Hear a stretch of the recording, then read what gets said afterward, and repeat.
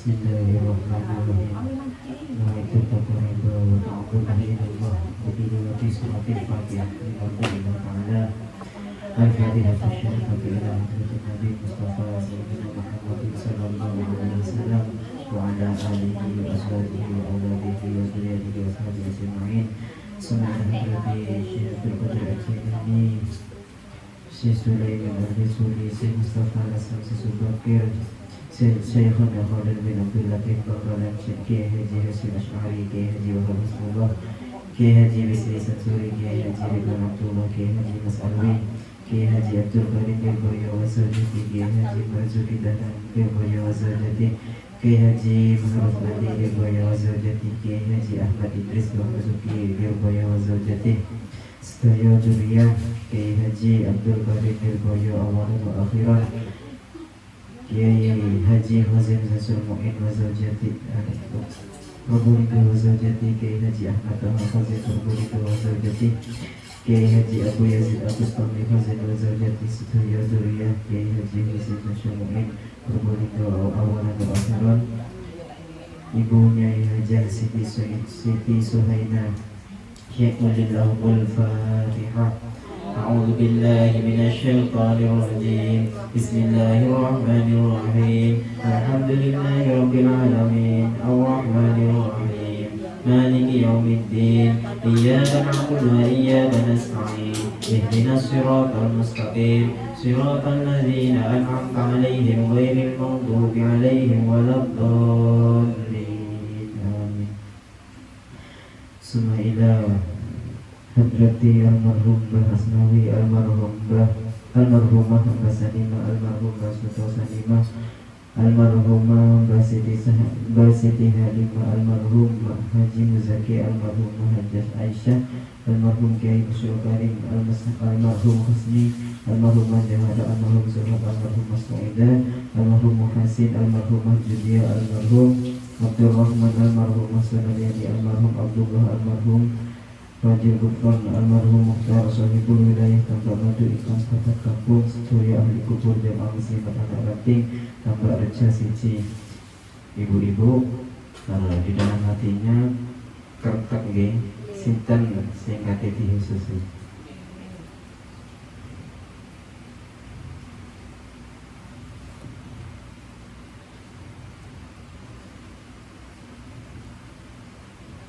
Syai'ulillahumul Fatihah. A'udzu billahi minasyaitonir rajim. Bismillahirrahmanirrahim. Alhamdulillahi rabbil alamin. Arrahmanir rahim. Maliki yaumiddin. Iyyaka na'budu wa iyyaka nasta'in. Ihdinas siratal mustaqim. Siratal ladzina an'amta 'alaihim ghairil maghdubi 'alaihim waladdallin. Amin. Khususun Yayasan Hidayatul Thalikin Surabaya Mukih Istiqomah Datus Sarana Perjuangan. Syai'ulillahumul Fatihah. A'udzu billahi minasyaitonir rajim. Bismillahirrahmanirrahim. Alhamdulillahi rabbil alamin. Arrahmanir rahim. Maliki yaumiddin. Iyyaka na'budu wa iyyaka nasta'in. Ihdinas siratal mustaqim. Siratal ladzina an'amta 'alaihim ghairil maghdubi 'alaihim waladdallin. Amin.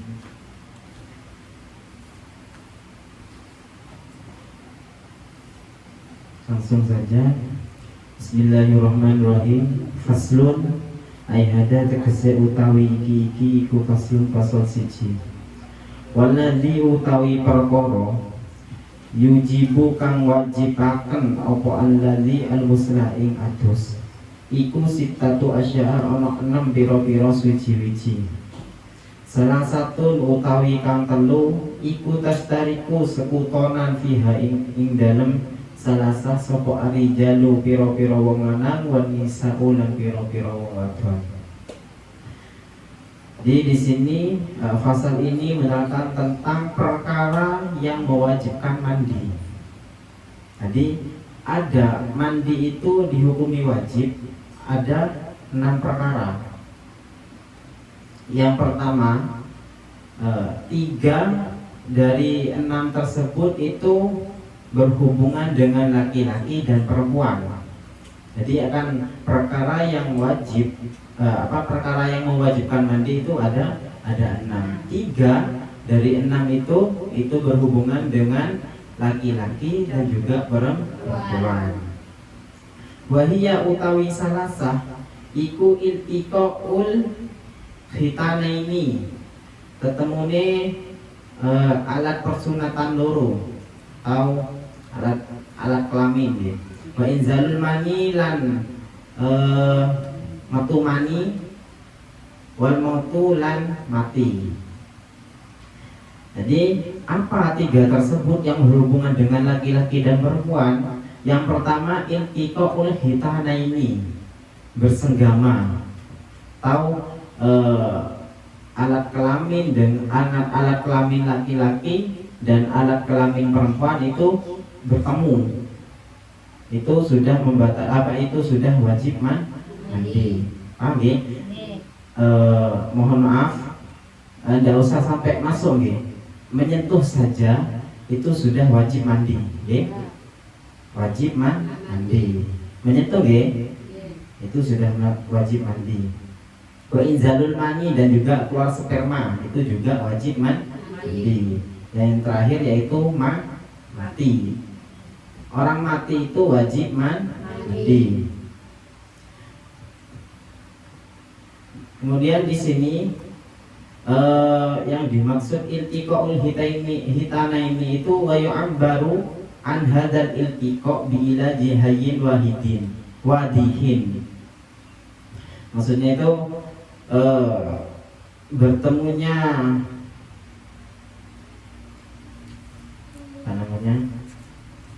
alat kelamin baik itu perempuan maupun laki-laki yang hidup ya, yang hidup.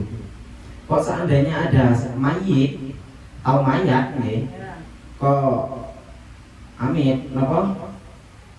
disetubuhi, maka tidak wajib mandi lagi ketika sudah suci.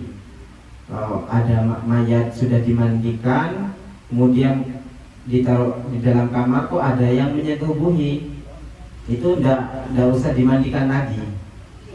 Tidak usah dimandikan lagi. Mayit ya maksudnya. Kalau orang yang hidup tetap mandi tetap. Yang tidak ada hukum itu bagi orang yang sudah mati. Jadi kalau sudah dimandikan kok masih ada yang menyetubuhi, seumpama itu sudah tidak wajib mandi. Jadi yang dimaksud iltiqa itu hanya untuk orang yang hidup, tidak berlaku pada orang yang sudah meninggal. Paham ya? Kemudian wa inzalul mani, baik itu disebabkan oleh mimpi ataupun yang lain, itu namanya keluar sperma, itu sudah wajib mandi ya. Disengaja ataupun tidak itu wajib mandi. Kalau mimpi tapi nggak keluar begitu. Maksudnya? Mimpi kumpul sama. Mimpi. Mohon maaf mimpi bersetubuh seumpama tapi tidak keluar, itu tidak masalah. Yang dipermasalahkan wajib mandinya itu ketika sudah keluar. Paham ya?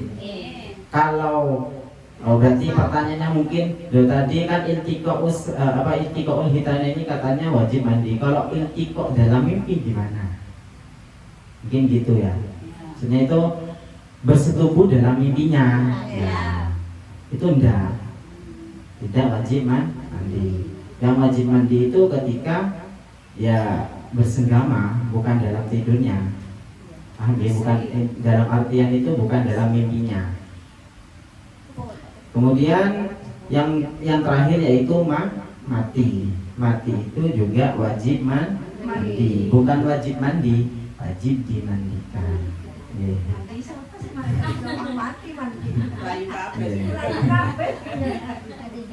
Mungkin mayatnya mandiri, mandi sendiri. Kalau itu misalnya kecelakaan tuh mayatnya itu kan nggak utuh. Oh hancur ya. Kalau setahu saya kalau untuk mayat yang hancur itu sudah sahih nih kalau orang mati dalam kecelakaan itu sahih. Dalam artian kalau kiranya tidak memungkinkan untuk dimandikan itu tidak apa-apa. Pokok yang kiranya masih bisa dimandikan kita mandikan yang masih bisa. Selainnya biasanya kalau parah sampai apa ancur itu iya acur. Nggih, pokok sing kiranya yang tidak bisa dimandikan tidak usah dimandikan. Banyak atau biasanya ketabrak kereta api kan langsung hancur itu. Bahkan sampai serpihan-serpihan itu kan tidak memungkinkan untuk dimandikan. Tidak usah dimandikan. Beda halnya kalau bunuh diri Kalau bunuh diri maksudnya itu ya bukan syahid lagi kalau bunuh diri. Tapi kalau masalah mandikan, kalau mandikan tidaknya itu kiranya kalau memungkinkan maka dimandikan. Kalau tidak tidak usah. Karena memang tidak memungkinkan untuk dimandikan. Paham ya? Jadi kalau ada orang kecelakaan kira-kira bisa dimandikan ya kita mandikan. Tapi ingat nih Bu, dalam satu desa itu mengurus mayit itu atau menyolati, memandikan, mengafani itu hukumnya fardu kifayah. Jadi dalam sejelek-jeleknya manusia di dalam lingkungan itu ya, tetap itu tanggung jawab kita semua. Sebenci-bencinya sampean itu kalau tidak ada yang mengurus itu satu desa dosa semua karena fardu kifayah. Kalau satu itu sudah cukup, lagi banyak. Jadi seumpama ada orang meninggal kok orangnya itu jahat atau dalam artian begal, maling dan sebagainya kan biasanya orang itu risih, yang mau bahkan bahagia kalau dianya itu meninggal. Tapi tetap tanggung jawab kita semua untuk memandikan, mengafani dan juga selainnya. Menyolati itu tetap tanggung jawab kita semua. Jangan seolah-olah gara-gara dalam hidupnya itu menyusahkan orang, bukan berarti kita tidak dapat tanggungan. Tetap dapat tanggungan untuk memandikan dan juga selainnya. Paham ya? Kemudian wasalah satun utawi nomor telu kang meneh iku tahtasu tentu akan biha kelawan salasah sopo anisa'u piro-piro wong wadon. Di nomor 3 yang terakhir kan ada 6 itu dibagi menjadi 2. 3 yang pertama itu khusus 3 yang pertama itu berhubungan dengan laki-laki dan perempuan. Jadi baik itu laki-laki, baik itu perempuan itu juga wajib mandi ketika yang telah disebutkan tadi. Nah, kalau di sini itu khusus pada perempuan.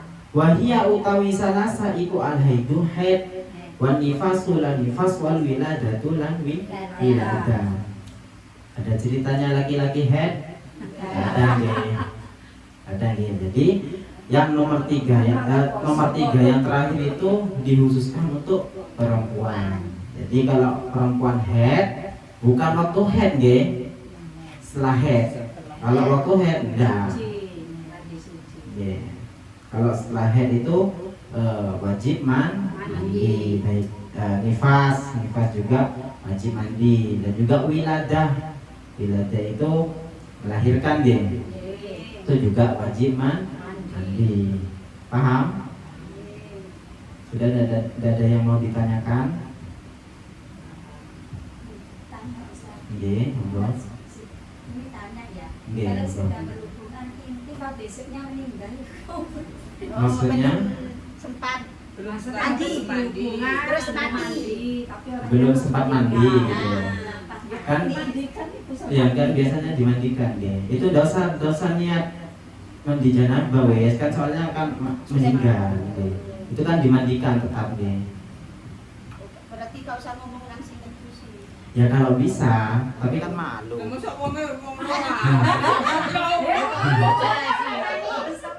Seumpama apa kalau udah malu bilang. ngomong gak apa-apa.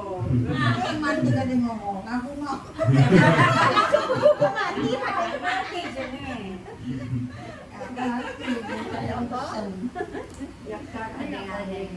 Jadi kalau gimana? Berarti diharuskan ngomong gitu Pak. Enggak, maksudnya itu enggak, bukan diharuskan, kalau bisa. Kalau bisa. Ya tapi kan bukan tidak ada gunanya ya, kan tetap enggak usah Bu, soalnya kan pasti disucikan. Pasti disucikan. Pasti dimandikan. Pasti dimandikan.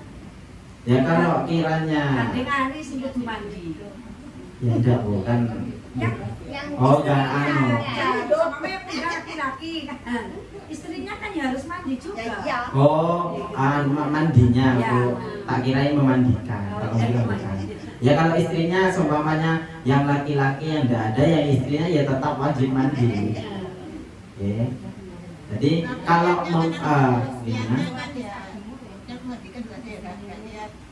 Iya, Kak niatnya.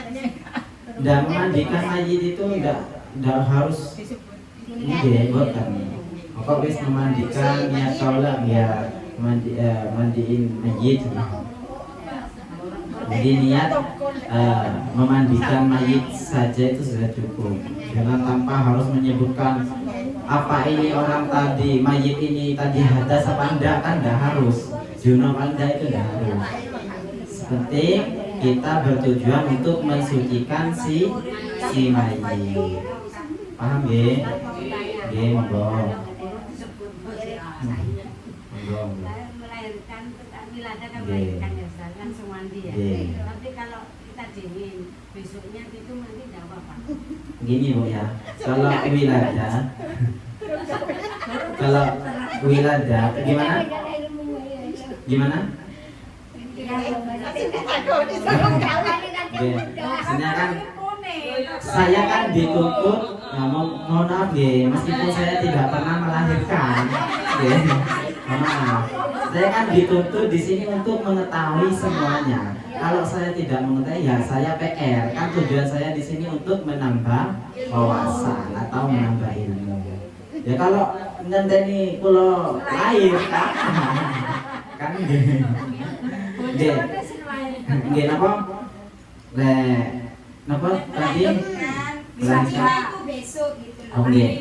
Kalau wiladah itu kan harusnya wajibnya itu langsung mandi. Alasan apapun itu harus langsung mandi. Kalau di rumahnya bidan itu enggak ada air. Saya besok. Biasanya itu kalau orang melahirkan di rumah sakit, biasanya sama ibu dokter itu enggak boleh dulu. Biasanya enggak boleh dulu. Ya takut apalah, saya tidak tahu alasannya. Biasanya tidak diperbolehkan dahulu. Tapi bagaimanapun alasannya itu tetap wajib mandi. Masalah sampean itu tidak mandi ya tanggung sendiri. Nggak umpamanya besoknya boleh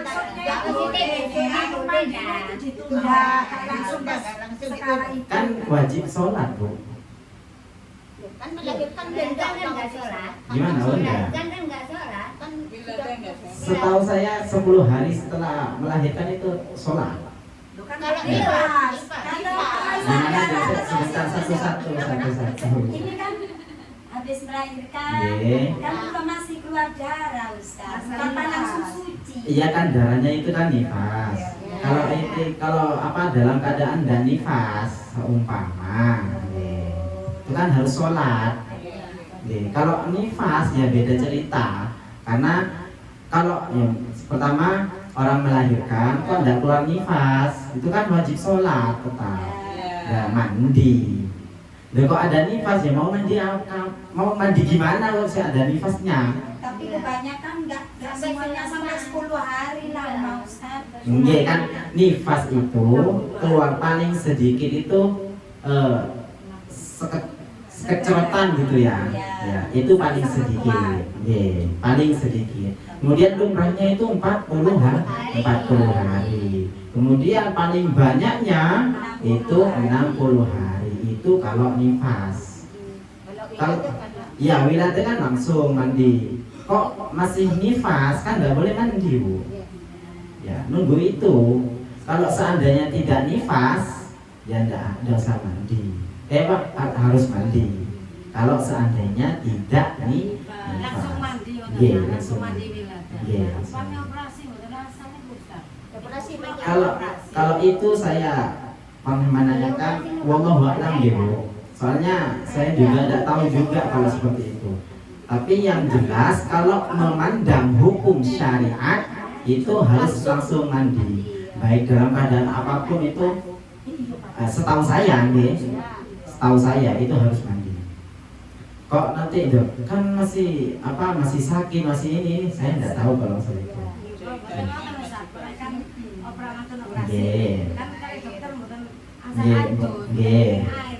Terus aduse wiladah niku ditunda kok saged ta? Kan bisa ditanggi. Kalau seperti itu kan sudah dijelaskan barusan dalam keadaan apapun itu kalau memandang hukum syariat itu harus tetap mandi. Ya karena namanya sudah wajib. Sholat saja orang sakit kok mandi. Tetap sholat. Bagaimanapun sholat itu kan hukumnya wajib. Tetap harus mandi. Tetap harus sholat. Kalau hukum pasti maksudnya itu boleh harus diharuskan tidaknya itu kalau selain syariat saya kurang tahu. Tapi kalau hukum syari'inya atau hukum syariatnya itu harus langsung mandi. Mungkin ya bisa di PR dulu nih. Mungkin ada pandangan lain besok atau kapan. Takutnya ada. Soalnya saya pernah juga menanyakan seperti itu. Pikiran saya itu kan biasanya meskipun saya tidak pernah merasakan, kan pasti ada jahitan, yang jelas kan sakit, tidak boleh kena air. Wong luka biasa saja, kalau dijahit itu tidak boleh kena air, apalagi kan melahirkan. Pikiran saya, kok saya tanya seperti itu, kok tetap harus mandi? Wallahu a'lam jawabannya. Jadi tim PR dulu ya.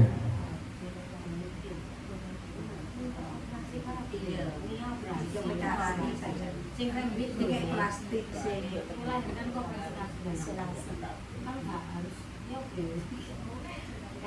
Tapi kalau memandang hukum syar'i itu kalau wiladah sakit tidak sakit itu memandang hukum syar'i, catatan memandang hukum syar'i itu harus mandi. Memandang hukum syar'i itu harus mandi. Mungkin ada pandangan lain, mungkin di kitab-kitab lain mungkin ada PR dulu ya. Mungkin ada yang mau ditanyakan lagi. Kenapa ya? Bertanya kan? Sudah. Sudah ada. Sekedar mengingatkan dari awal nih. Coba tanya jawab dulu. Mungkin ada yang lupa, ada yang nggak tahu. Gimana? Bukan takut takut. Soalnya kalau ilmu sendiri itu harus sering-sering diingatkan. Wong saya setiap hari di pondok belajar 7 tahun masih lupa. Apalagi memang belajarnya 1 hari 1 kali. Kan bukan suuzon bukan suuzon. Saya sendiri setiap hari belajar setiap jam itu 7 tahun masih banyak yang lupa. Apalagi setahun 1 tahun 1 kali. Jadi sekedar mengingatkan dari awal. Tanya jawab Jadi air yang boleh atau sah yang dibuat bersesuci itu ada yang jawab 6, ada yang 10. Baru juga dikatakan takut lupa. Ini sudah bukti bahwasanya al-insanu mahalul khata' wan nisyan. Jadi jangan kok diulang-ulang kok bosen loh. Iya kan?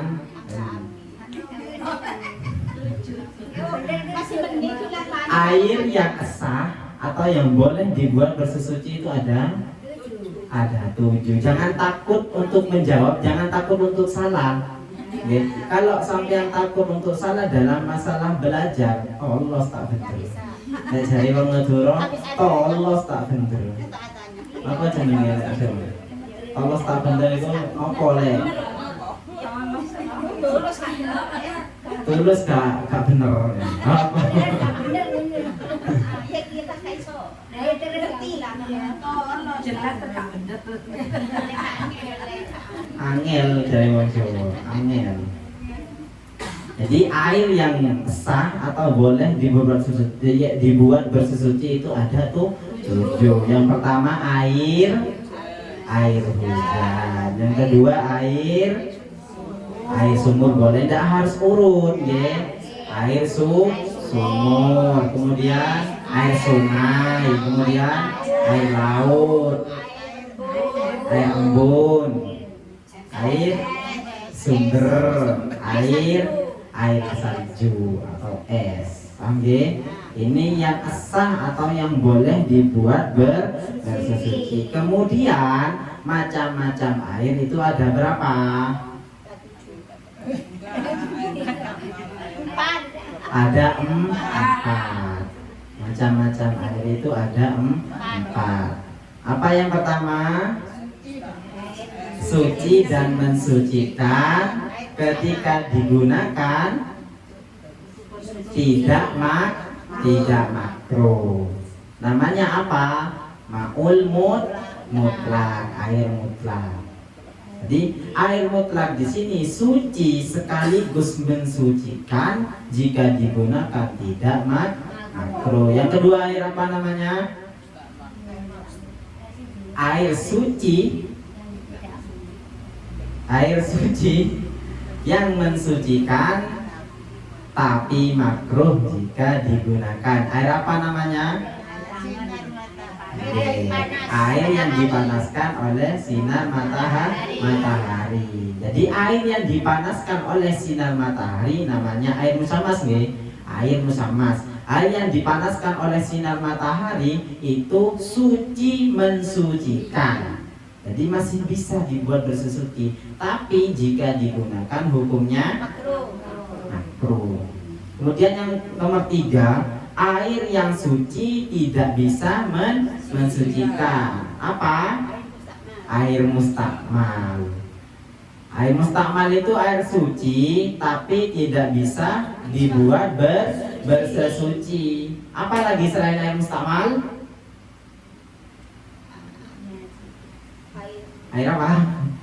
Air mutaghayyir. Air mutaghayyir itu air yang berubah dengan sebab perkara yang jangan takut untuk menjawab. Tidak apa-apa, sepenting jawab. Masalah salah tidak salah ya terserah. Ya, dengan sebab perkara yang suci. Itu air mutaghayyir. Jadi air mutaghayyir sama air mustakmal itu hukumnya suci, tapi tidak bisa dibuat bersesuci. Air mustakmal contohnya seperti apa?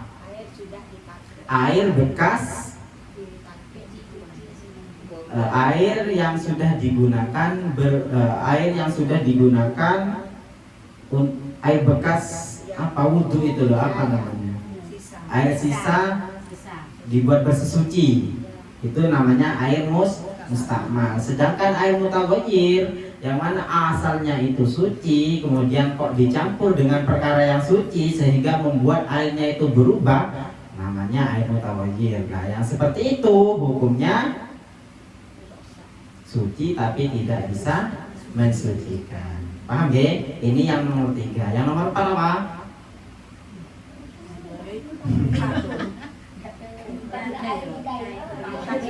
Yang terakhir air apa? Air najis. Apa itu air najis? Air najis ialah air yang terkena najis dalam keadaan kurang dari dua bola. Itu air najis. Atau air yang kedatangan perkara atau kejatuhan perkara najis lebih dari 2 kolah namun berubah sifatnya. Seperti sabun. Air sabun itu juga sabun tidak menajiskan. Sabun itu hukumnya mutaghayyir seperti tadi itu. Suci tapi tidak bisa mensucikan. Itu kalau air bekas sabun. Kalau yang di sini air najis yang banyak airnya, kemudian kejatuhan perkara yang najis, gimana? Nah, kan begini Bu, air najis itu ada 2. Ini ada 2. Yang pertama sedikit kurang dari 2 kolah itu hukumnya najis. Yang kedua banyak namun bisa merubah sifat dari air ini.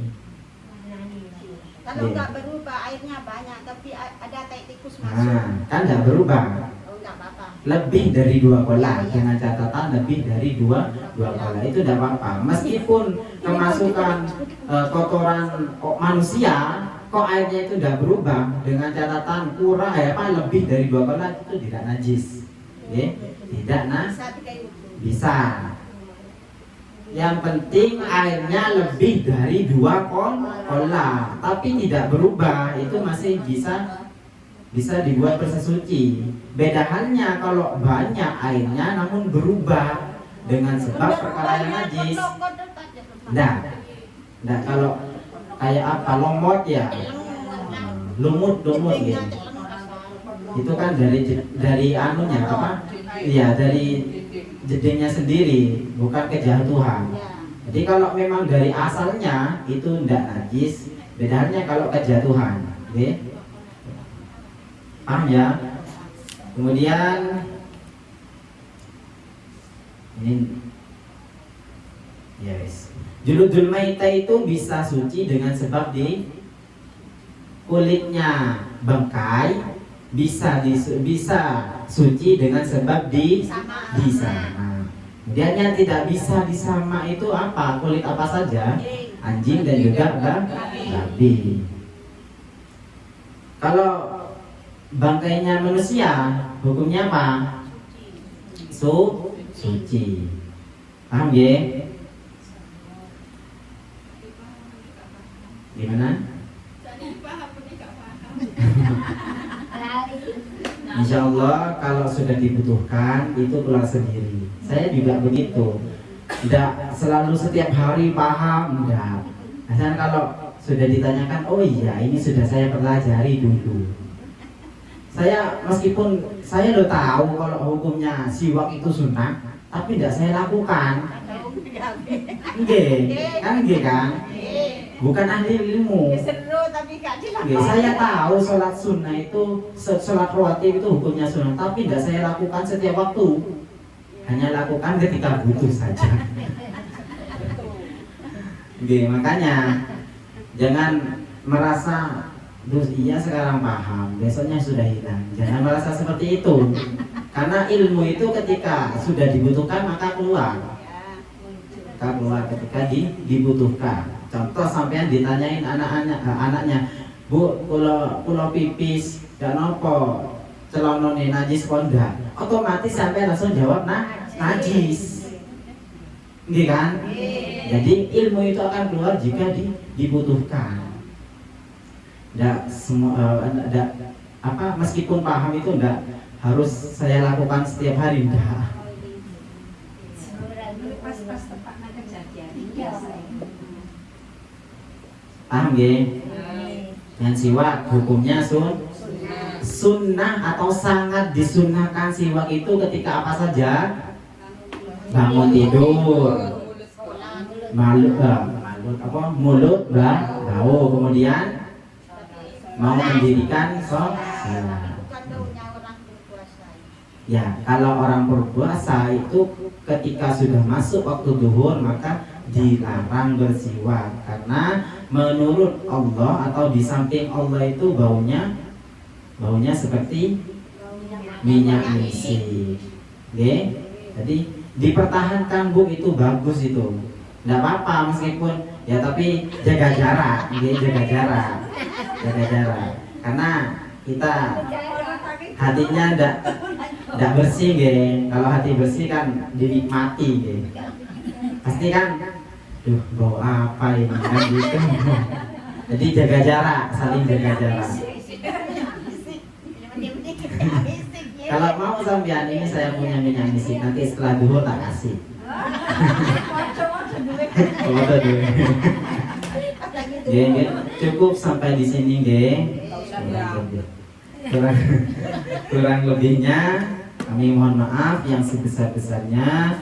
Wallahu a'lam bishawab. Semoga ilmu yang kita pelajari dari awal sampai hari ini menjadi ilmu yang manfaat dan juga barokah. Wallahu a'lam bishawab. Al-Fatihah.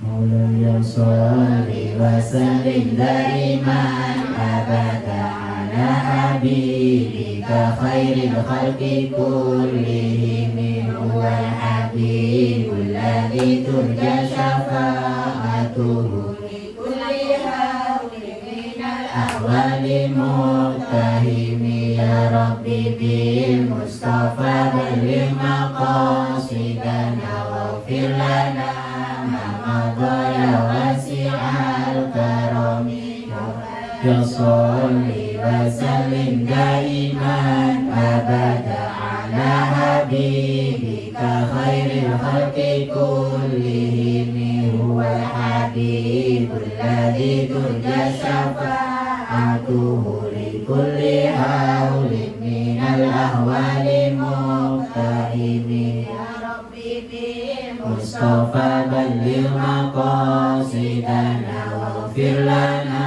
ma madha ya wasi'al karami ya maulaya sholli wa sallim daiman abada ala habibika khairil khalqi kullihim wal habibul ladzi turja syafa'atuhu li kulli hawlin minal ahwali muqtahimi ya rabbi bil mustafa balligh maqasidana waghfir lana ma madha ya wasi'al karami.